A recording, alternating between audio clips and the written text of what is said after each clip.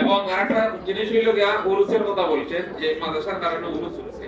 আমরা কিটা বুঝতে পারলাম যে সহি তরিকার কোন পীর সাহেবের সাথে উরুস হয় না। সহি তরিকার যত পীর মুরিদ আছে তারা কখনো উরুসের কোনো চিন্তা করবেন না এবং উরুস করাইবেন না। তো একটা ভ্রান্ত তরিকা জানার জন্য আমরা এটা জানতে পারি যে যেখানে উরুস হয় সে সঠিক তরিকার হিসাব না। ঠিক আছে না নি? উরুস যেখানে হয় যে হিসাবের হয় উরুস হয় মানে খবর কেন্দ্রিক কোনো কিছু হওয়া কোনো সঠিক হিসাবের কাজ না।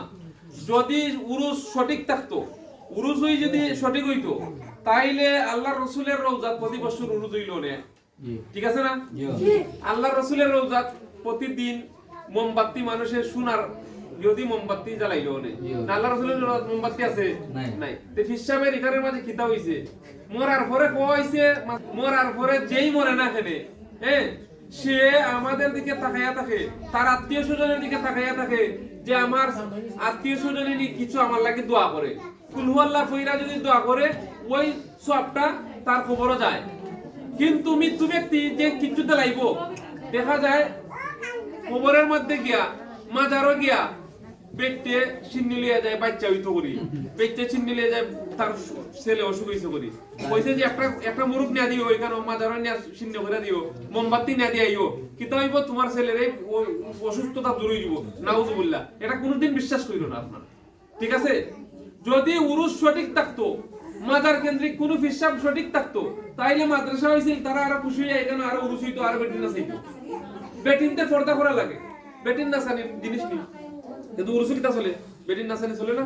তাইলে এটা ইসলাম ধর্মীয় কাজ না, ইসলাম বিদ্বেষী কাজ। এটা ইসলাম বিদ্বেষী কাজ। খেলে আমি হতানা হইলাম, একজন মহিলা আছে, এক দুইজন মহিলা আছে বিভিন্ন গ্রামও পাঠাইয়া দিছে, কিন্তু আমরা তো বুরকা লাগাইয়া চিনি না। যখন বালারিকে বাসে যায় তখন চিনি কিতা বিষয়।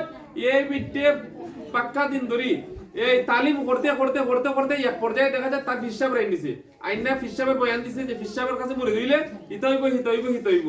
তখন আইয়া হিসাবে গামছা ফলাইয়া মরে হইরা যায় কি, তখন তারটা দৌড়ায়। আমরা এখানে হইরা গেছে বাচ্চারা, নাম ধরলাম না, ওইটা হইয়া গেছে যে আপনার বাচ্চারা এইটা মাদ্রাসা ফরাই না যাবে, ফরাইলে আপনার বাচ্চা ভিন্ন পথে যাইব, গুমরা পথে যাইব। এই ধরনের মেসেজ দিছে।